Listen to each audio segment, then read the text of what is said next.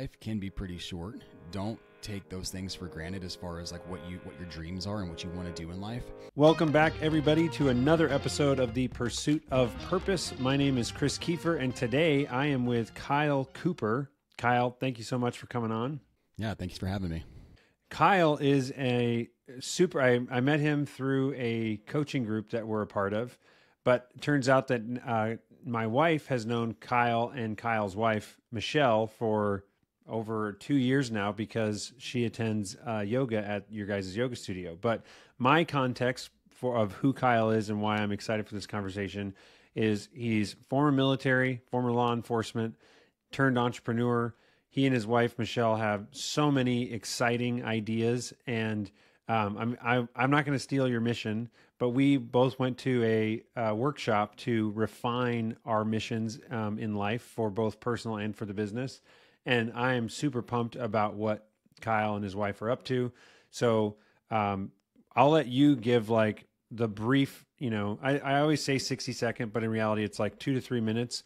Like zoom me through like Kyle as a kid to now Kyle's an entrepreneur with a couple of businesses in Coeur d'Alene, Idaho, and aspirations of, not aspirations. You are doing a YouTube channel, monetizing that. You've got dreams for that. You've got dreams for the growth of these businesses locally. So I'm just going to hand it over to you and tell us, how did you get to the stage that you are right now?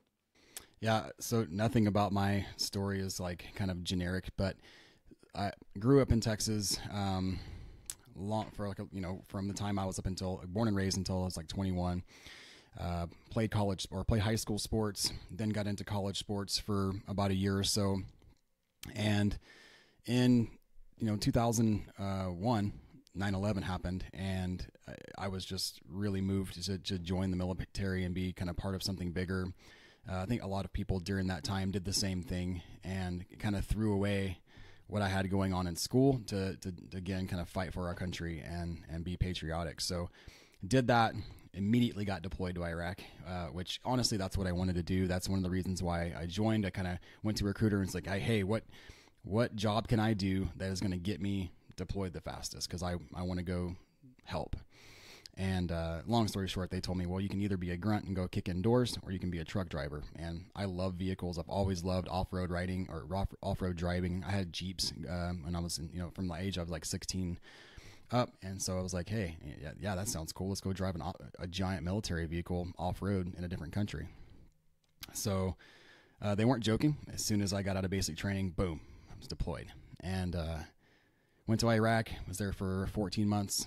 Actually met my wife there. So my wife, similar thing. She joined the military out of college. She was in college, wanted to do something different. I'm not going to steal her thunder on her story. Her story is pretty funny, so maybe one of these days you'll get to hear that. But she basically joined out of spite, and ended up, us being together. We met overseas. I was going, when you're deployed, you get a 2-week leave, and I just kind of scheduled that out to be over my birthday. It was like my 22nd birthday. So I was heading home, and Michelle, my wife, actually had a Red Cross notice where her grandpa wasn't doing very well. So they put her on a flight with me, and we got stuck in Kuwait for like 6 days together. So I'm a guy, she's a girl, haven't been around each other really for the most part. And kind of like one thing led to another. Our first date was in Kuwait at like a trailer subway, and ended up flying home. Kind of did our thing, got back, went back to Iraq, didn't really see each other. And then towards the end of our deployment, she was like, hey, what do you think about me moving to Texas and seeing how this thing works out? And I'm like, whatever, crazy girl, whatever you want to do, come on, you'll do it. And we'll see how this works. So she moved to Texas with me for about a year. Being from Oregon, wasn't a huge fan of it. It's totally different, right? So way different. so we ended up moving. Are you guys both from Oregon? No, I'm from Texas originally. So yeah, I was like I said, born and raised in Texas, and okay. So we moved to Oregon, and basically just was like, hey, we need to kind of start fresh. We had the school paid for and all that kind of stuff. So went to Oregon State for several years, living there in Oregon, got married, and kind of was in the reserves at this time, so I'm still, doing my 1 week a month, 2 weeks a year, making rank, all that kind of stuff. So I was doing lots of trainings and stuff. Wasn't deployed again like a lot of people, because I was in an institutional training unit where I was able to teach people how to do my job and train them for being deployed. So not a drill sergeant or anything like that, but just an instructor. So that asset is kind of important back in the States, and they didn't want to send their people who have a lot of knowledge back deployed when they could do a lot of help teaching people and the masses to go over and be deployed. So anyway, that's one of the reasons why I didn't get deployed again. Mixed feelings about that. I really enjoyed the deployments. I feel like I was making a difference, but at the same time, I really enjoyed being back in the States and making a difference there as well. So going to school, fast forward, I'm about like 3 credits away from getting my double degree in education and PE and education. And a job came up for law enforcement. I'm like, I've always wanted to do that. Want to do that since I was a kid. I'm going to apply for it. Applied for it, got hired as a reserve first for about 9 months.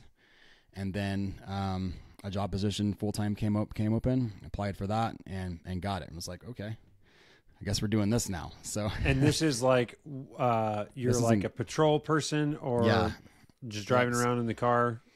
Yep. So this is for Benton County, which is the county seat that's there in Corvallis, Oregon, the same town that Oregon State's out of.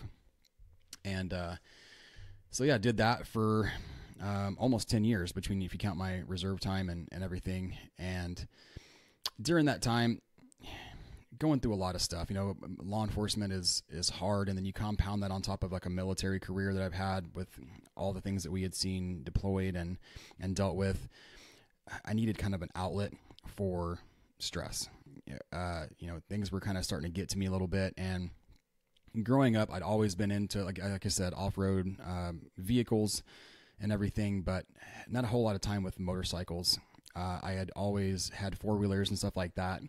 But I remember when I was like 11 years old, my neighbor was selling a Honda Trail 90 for like $200. And I'm like begging my parents to get this thing, right? Because that was like, I wanted a motorcycle so bad.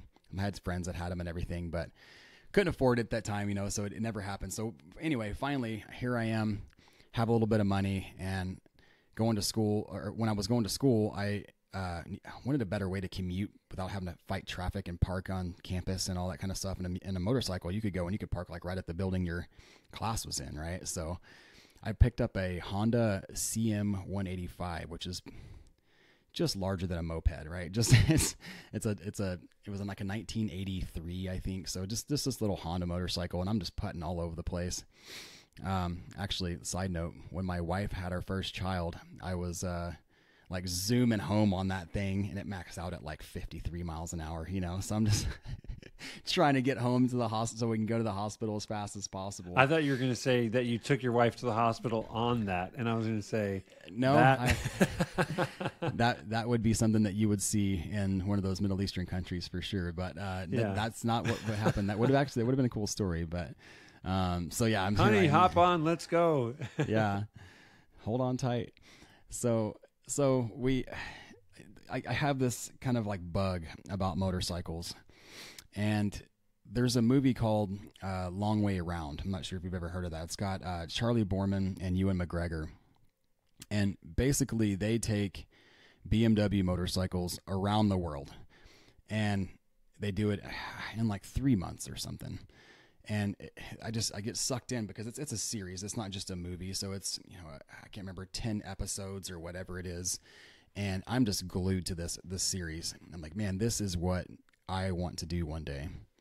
So my wife goes with our baby to Eastern Oregon to see some family, and I'm working, so I can't go with them. So I have a half a day off or so, and I take off on my motorcycle, and a different one at this time, not that little Honda, but I take off and I'm riding down the coast, and I see this guy, older guy. He pulls up with this just awesome motorcycle that's made for off-road, but you can also do dual sport is what it's really technically is. It's a on and off-road motorcycle.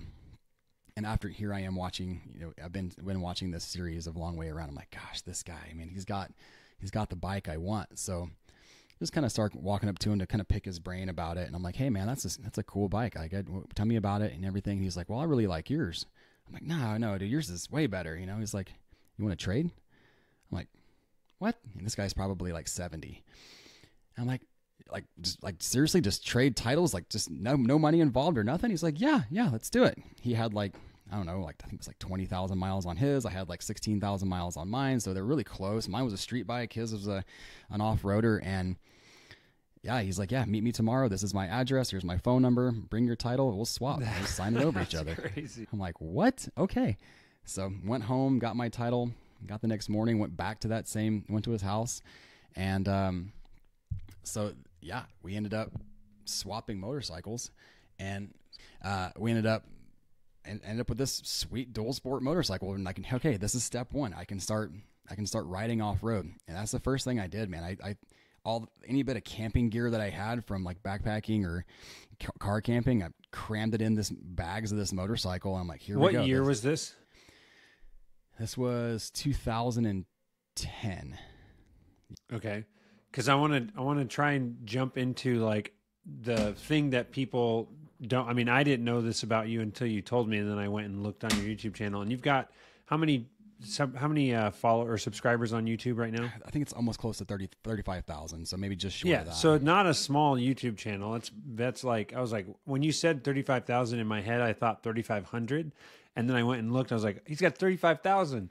So when did you did this 2010. When was the first, well, I had two questions. When did you post your first video? And when was the idea of like, I should document this?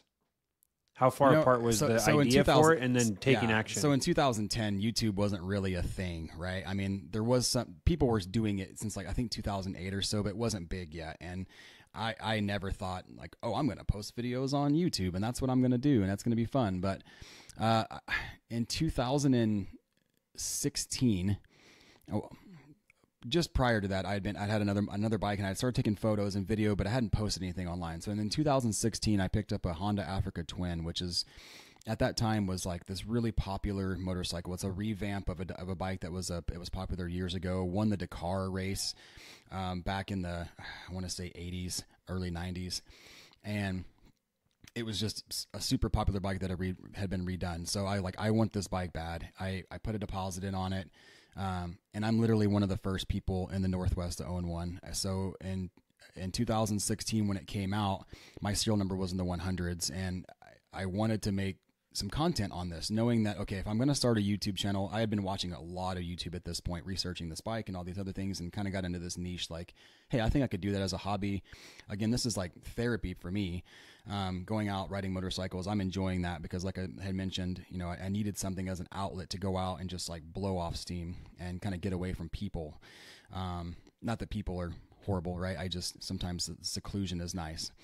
So I had done it with some friends who were also in law enforcement. So it was kind of a dirt therapy thing for us, is what we kind of crowned it to be, is dirt therapy or throttle therapy. So in 2016, get this bike, super popular. There's a huge following behind it. And I make my first video, and it's just how to install some crash bars for this thing to protect it. And being my first video, it's not great. It was like a how-to video. I figured like, hey, just show what I'm doing.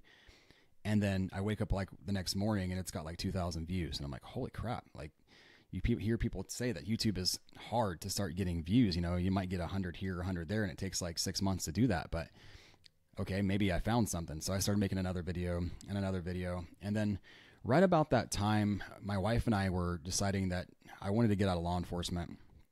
It's hard on the family. I never saw my kids. And again, the stress and the mental wear it was having on me, we kind of came up with a plan that in the next 5 years, I'm going to get out of law enforcement. We're going to do something else. Well, literally like 3 days later, I get hurt in law enforcement, and through trials of trying to get back into it, basically told me, hey, here's a severance package. You can take it. Okay. Well, whatever God or whatever you believe in, but I think God was basically telling me that, hey, that's the close that chapter. Yeah. Move on. Close the chapter and move on. So we actually, on a whim, sold our house, our vehicles, everything that we owned, and we bought a fifth wheel and a dually pickup. And we're like, hey, we don't know what to do at this point. My career that I was going to do is gone. but let's hit the reset button and let's go travel until we decide we don't want to do it anymore. So we traveled the country, went to all 50 states. Within how long did that take you? 14 months. We had planned, honestly, we were just like rolling with it. We coming through Idaho, we loved it. We had some friends who lived here, and they were like, "Man, you gotta move here. You gotta move here." And we're like, I don't know.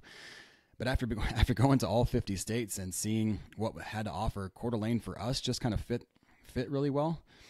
Found a house, I put an offer in on it. The offer was turned down. We traveled some more, and by the time we were headed to like New York State. By the time we got to New York, a few days later, they hit us up and said, "Hey, that offer that was originally on the table fell through. Are you still interested?" And we said, "Yeah."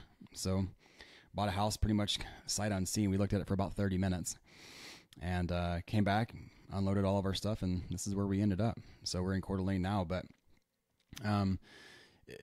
during that time traveling, I made a ton of videos because we had a toy hauler, so I was able to take my motorcycle with me to all these places and ride places I would never, living in the Northwest at that time, it was hard to get to the East Coast, right? With a motorcycle, you'd have to either ride or truck it. Well, we were traveling anyway, so I'd go and I'd ride Florida and I'd ride all these different places and make videos about. And this is all on the same YouTube channel this whole time. Yeah. So I started. And was your focus the whole time on like motorcycle videos, not like, oh, my family's traveling around the country? It was just like, from my perspective, if I'm a viewer, it's like, what the heck? This guy's in Florida now, and now he's over. Like from that, you were focused on the rides and the motorcycle, and not really the other part, or did you Correct. bring that Yeah, into my it? audience knew that I was a full-time RVer, but that's what we were doing. Was I didn't want to involve the family, and coming from a law enforcement background, at that time I still had a lot of I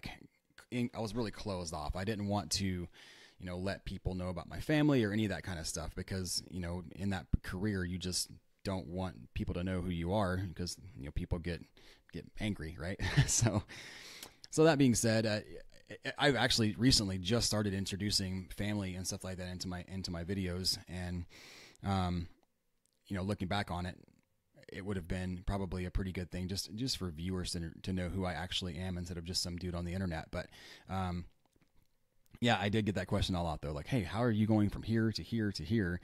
What do you do for work? Right?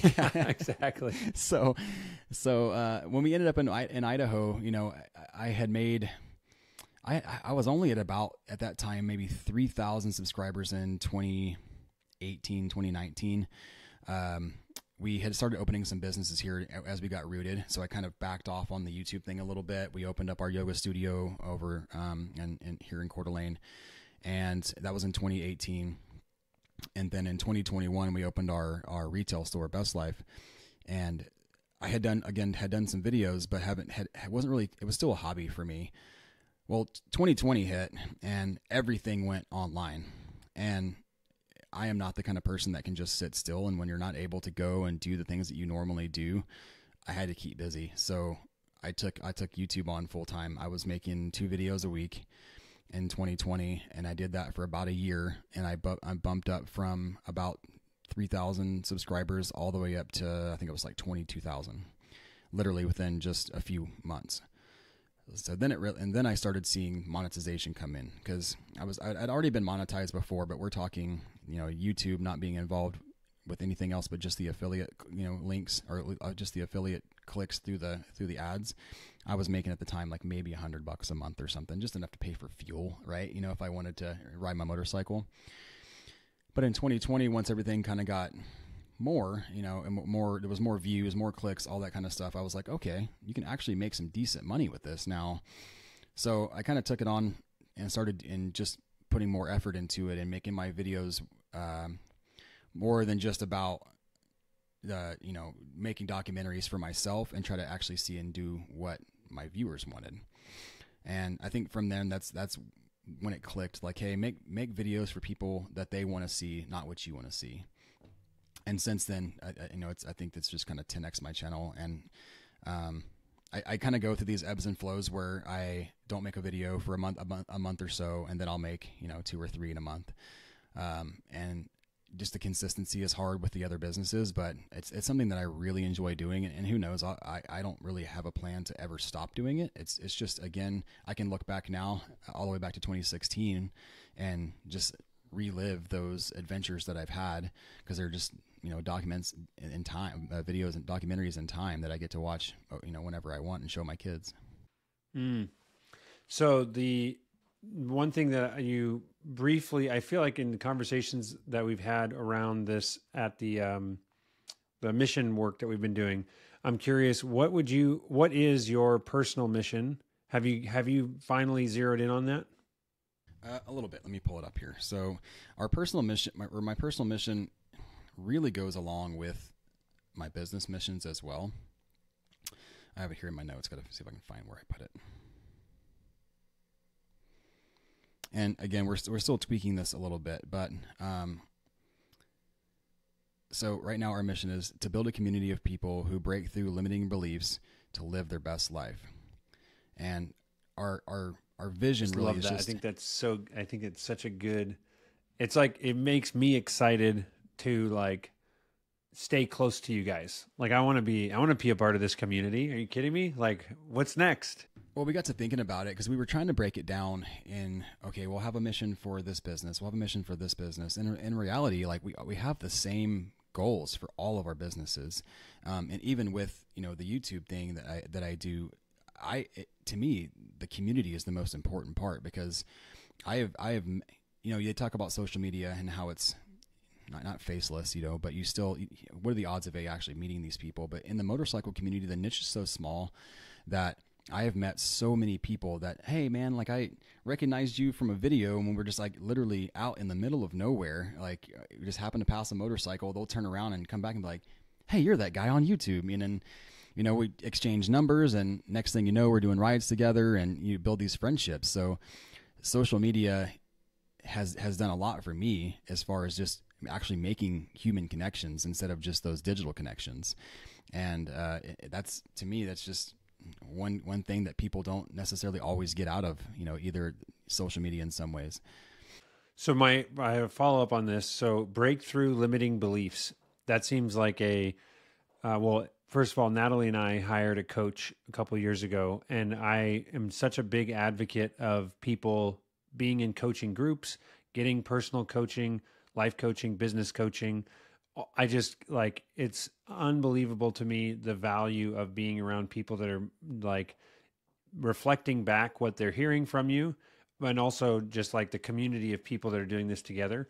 So my question for you is, what are the key, like if you were to pick some key mindset shifts or limiting beliefs that you personally had in the last 10 years that you have like, oh my gosh, I used to think this about myself or whatever, and I broke through that.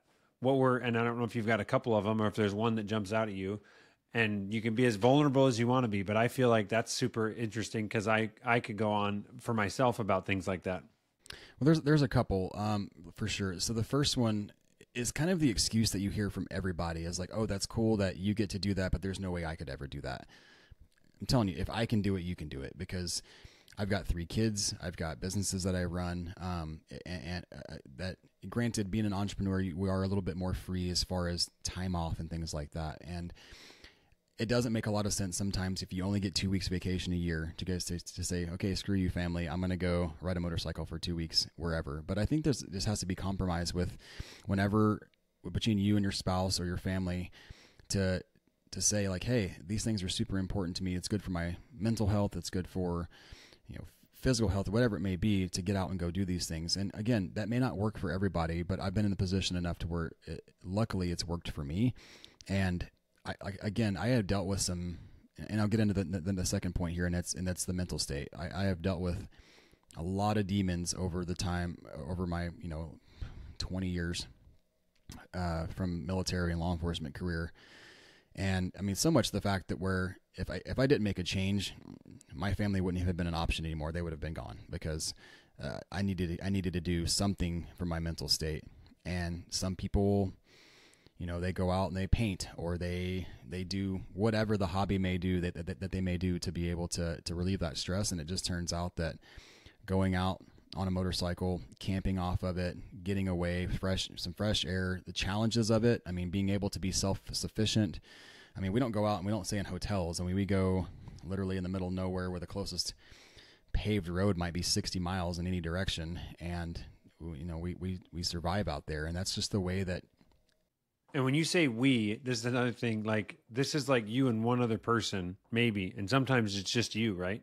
There's been times where, I actually like doing the solo stuff. But at the same time, it's really fun to share those experiences with other people. So I have a couple of buddies who have gone through a lot of the same stuff that I have.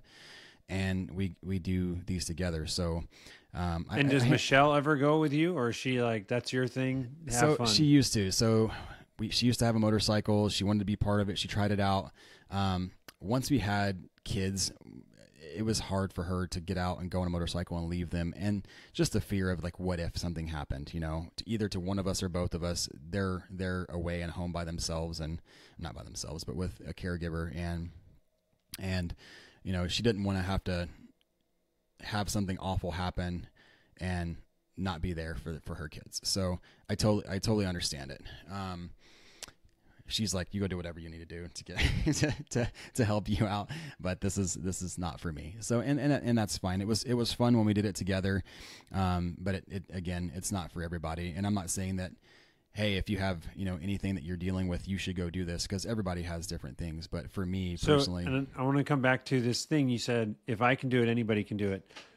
This is something I would say honestly. This is probably the thing that I am most passionate about, and that is, for some reason, like you had a dream, you had an idea. I don't even know if I would call it a dream. It was just kind of like, wouldn't it be cool if blank, right? If I rode around on a motorcycle, if I got a motorcycle, if I quit my job, if I did whatever. And I feel like so many people that I know are in this place of like, I kind of want to start a business. I kind of want to be a painter. I kind of want to do whatever. But there's something that's different about what you and Michelle did. And I'm curious how, like, if you were to try and coach somebody on like how to think about it, how to do it, like, there's a part of me that feels like you have to incrementally, like, it's like taking reps in small ways of like, I'm going to walk to work today. And like, that's, or what, like do the uncomfortable thing, take a cold shower. I don't know. But how do you go from like, I'm not a person that takes risks or pursues my passions to like doing it? I think that's kind of where I have the advantage, is because going through a lot of the things that I've went through early on, I don't take anything for granted. I mean, at any time when we were deployed, I mean, we drove trucks. We were what they called like IED magnets, right? We did convoys and we were a target all the time. So getting through all that, and realizing like, okay, life can be pretty short. Don't take those things for granted as far as like what your dreams are and what you want to do in life. So again, that's one of the reasons why I pursued law enforcement. I had this plan to do, like, to coach and be a physical education teacher or like a football coach, because that's what I have done prior to being in the military. But when I had the opportunity to maybe go into law enforcement, I jumped on it because, hey, you never know, like this I might get too old, or I might whatever to not ever have this opportunity to do it. So that's why I jumped into that. And the same thing goes with us traveling. We're always like, hey, one of these days when we retire, we're going to travel. And when the opportunity arose for us to be able to do that, when we had the money to do it at the time after selling our house and everything else, we didn't have a career that at that point that was holding us anywhere. We were just like, hey, it might fail in like a month, but here's what we're going to do to try it out. So we went and bought a truck, we went and bought a trailer, and like had zero plan. And a lot of times that freaks people out, right? Because there's people out there that are planners on everything. They have to have spreadsheets and all this other stuff. And how much planning would you say you guys did do? Dude, like zero. When you well, the idea of like we should travel around the country, did you like, we're gonna go to California first? No. Or you just were like, all right, buy a truck, buy a trailer, and then we'll see where we go from there? It's so funny because we laugh about it. We made the most inefficient ways around the U.S. Like we left in October 2016, and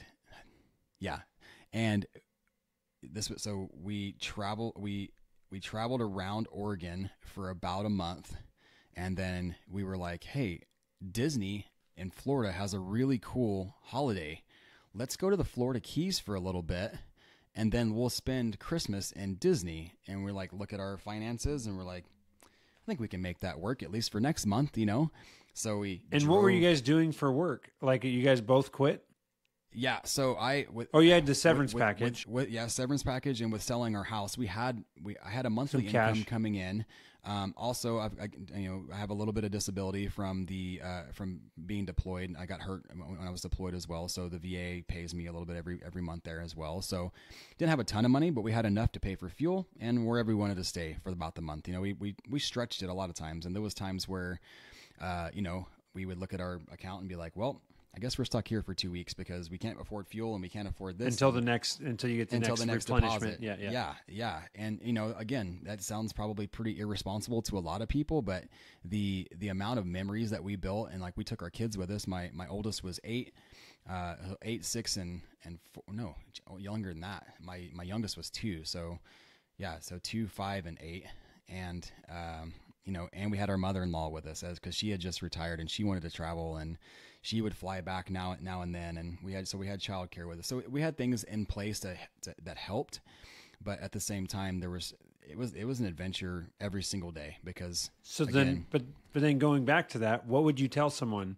Like I on top of my head, there's 5 people in my life that I'm like, oh man, I want them to go just like jump, try it, do it, just go for it.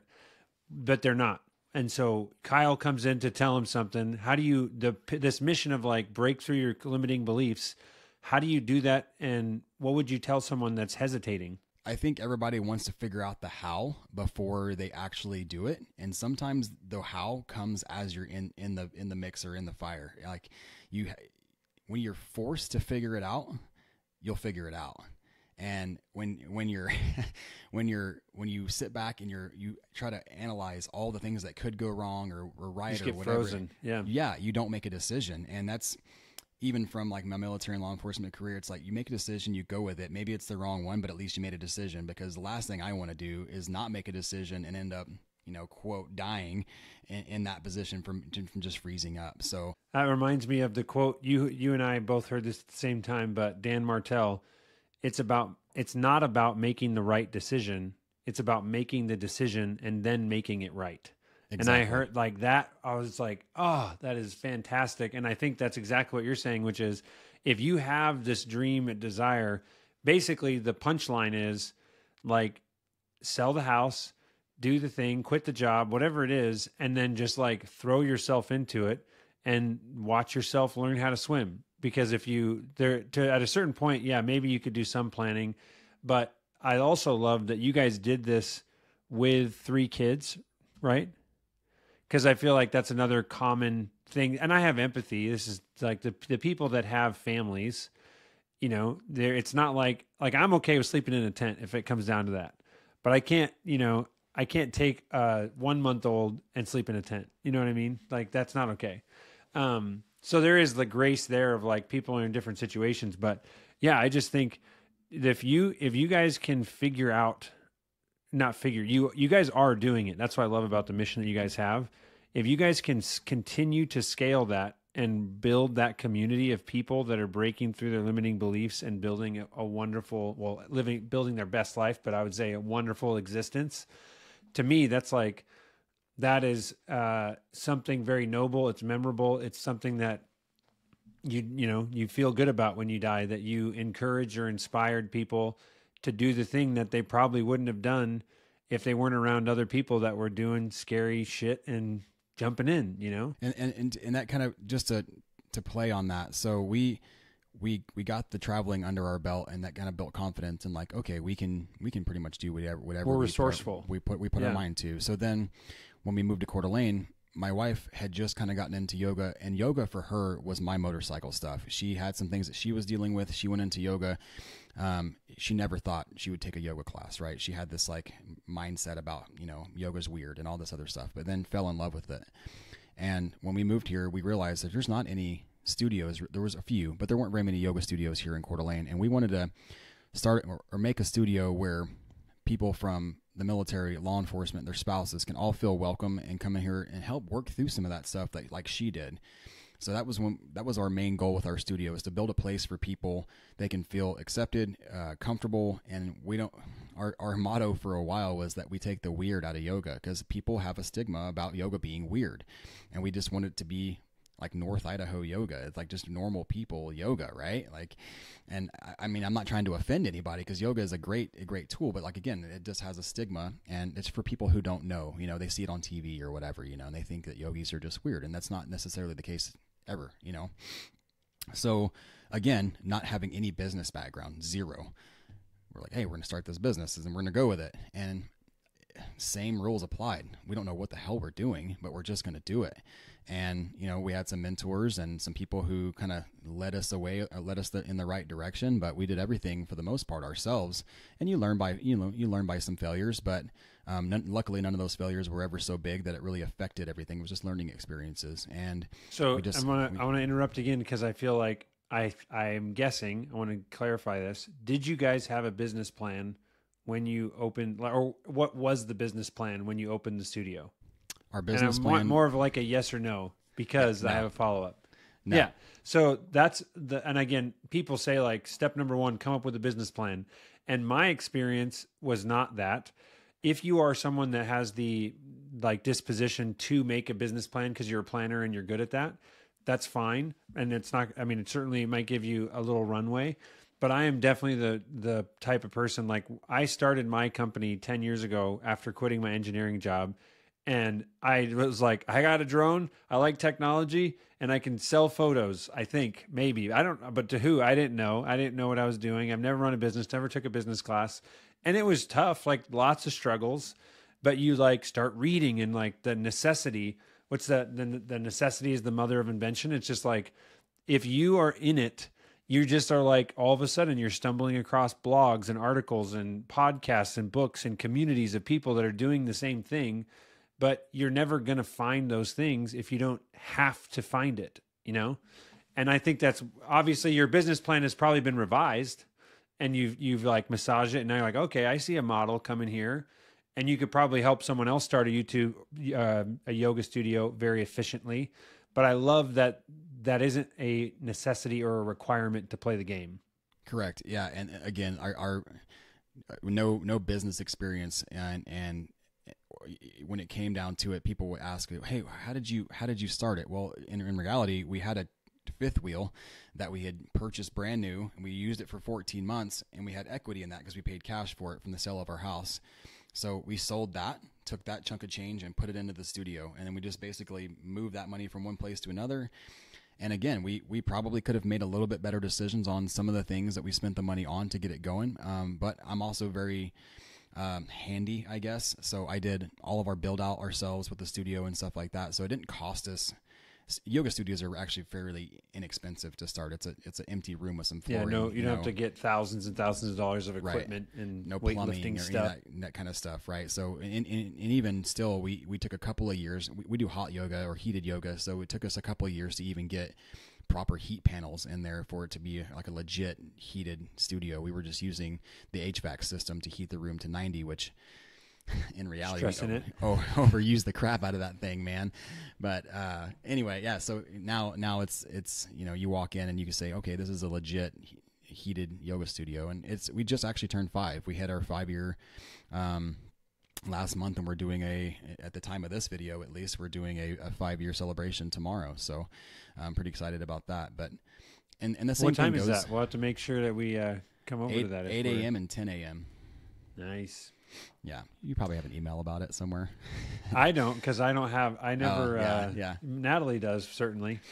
Yeah. So I think that's fantastic. What did you have any other wrap up thoughts on that train? Well, no, not really. And basically, I was saying from the yoga studio to our retail store, Best Life, and into the YouTube channel, all 3 apply as far as not necessarily having a plan, but just figuring it out along the way and making it work. And you'll never be able to do that unless you take that leap of faith in yourself. You have to know that I don't, and this is not me sitting on a high horse. I don't fail at stuff because I don't allow myself to do it. I mean, don't get me wrong. I've had failures in the past, but like I'm so motivated that I will run myself ragged until we find a way to make things work.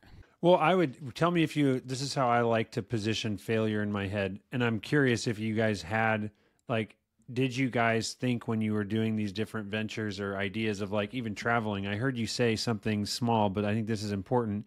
You said, we're going to do this until we decide not to do it anymore. And to me, that's like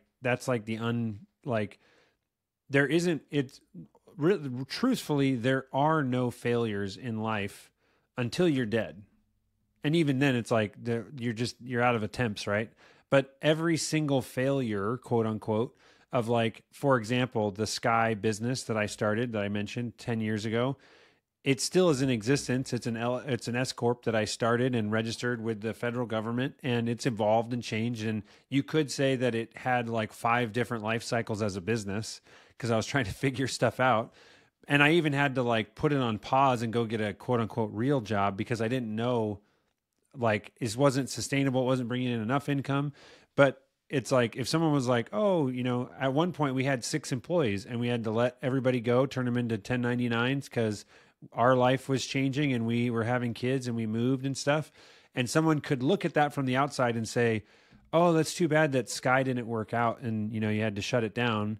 But I'm like, I just got this 6-year education in running a business. It's just like I went to college, but no one looks at college and is like, oh, you didn't succeed in 4 years in college. It's like, no, you learned a bunch of stuff.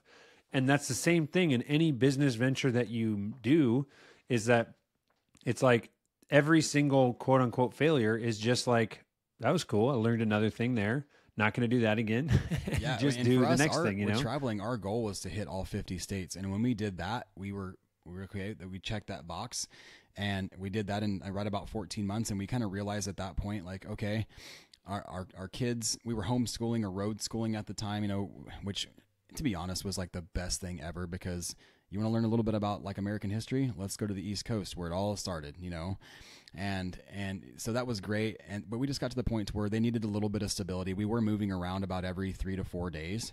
And at that point we decided that, hey, let's settle down. And we never made a point to say that, hey, we'll never do this again, because that we absolutely want to do it again, and we will. It's just a matter of like, okay, let's find the timing again where all the business that we currently have right now are kind of self-sustained. And our goal is to travel at least 4 months out of the year. So we settled down, and here we are now. And we found the new adventure of starting new businesses, and we love it. So let's move into our wrap-up questions here. This has been super fun. Questions I ask everybody: 3 book recommendations. Atomic Habits would be my number 1. The Dan Martell book that I just read, Buy Back Your Time. And then there is a Jocko book. It's the leadership. Extreme Ownership. Those are my 3 top books that come to mind. I'm not a reader. Like I listen to books on audio all the time, but these are the 3 books that I've read. I read cover to cover. Like they held me like crazy, and I loved them. So yeah. Quick question or follow up on the Atomic Habits. Is there a series of habits or like a routine that you have what habit did you start or stop after reading that book? Maybe a succinct way to ask that. Man, that's a hard question. I think for me, it was the consistency would be more than just the habit, right? So whatever I told myself, whatever I do, stay consistent with it, no matter if it's just that 1% or that 0.1% every day of getting better. That compounds over time, and that 1% will then turn into 2 and 3 and all the way into, you're 100% better than what you were X amount of days or years ago. So I look for fitness, for instance, right? I wouldn't say never. In the last 10 years, I have not been consistent with fitness. And since reading Atomic Habits and stuff like that, and as I get older, I just want to make sure that I'm fit. So I go to the gym at least every day, or I do some type of physical activity at least every day. For sure, for the last year, I've done that. And we can go on and on about that, but I think just the consistency is the most important thing, and telling yourself that you may not see a change now, but just having that little bit of gain every single day will compound over time. Yeah, 100%. And your favorite movie? The first one that comes to mind is Step Brother, because that is one of those movies that I can just cry laughing watching. Did we just become best friends? Number two would be like the Adam Sandler series of movies like back in the 90s. Those are all great too. I could probably quote those word for word. John Stamos. Yeah. So awesome. If someone wants to connect with you, what's your preferred method of getting in touch with you? Instagram's probably the easiest. That's where you can't really message anybody on YouTube. If you want to watch YouTube videos, definitely check out my channel, Backcountry ADV Moto. But Instagram, the same handle. It's Backcountry ADV Moto or Backcountry Adventure Motorsports. Awesome. Well, thanks so much, Kyle. Really appreciate your time, and this is a fun conversation. And the best part is that we get to keep hanging out That's right. for the foreseeable future. So I appreciate it, and we'll talk to you soon. Yeah, thanks, Chris. Thank you for your attention and listening to this episode of The Pursuit of Purpose. Your feedback and comments mean the world to me. If you liked what you heard, please take a second, leave me a 5-star review on iTunes. If you've got suggestions for future episodes or just want to say hi, shoot me an email at chris@chriskiefer.com. Don't forget, I make it a point to include all the links to the books, movies, and resources mentioned on this episode in the show notes. You can see those directly below in the description or on my website, chriskiefer.com. Thanks so much, guys.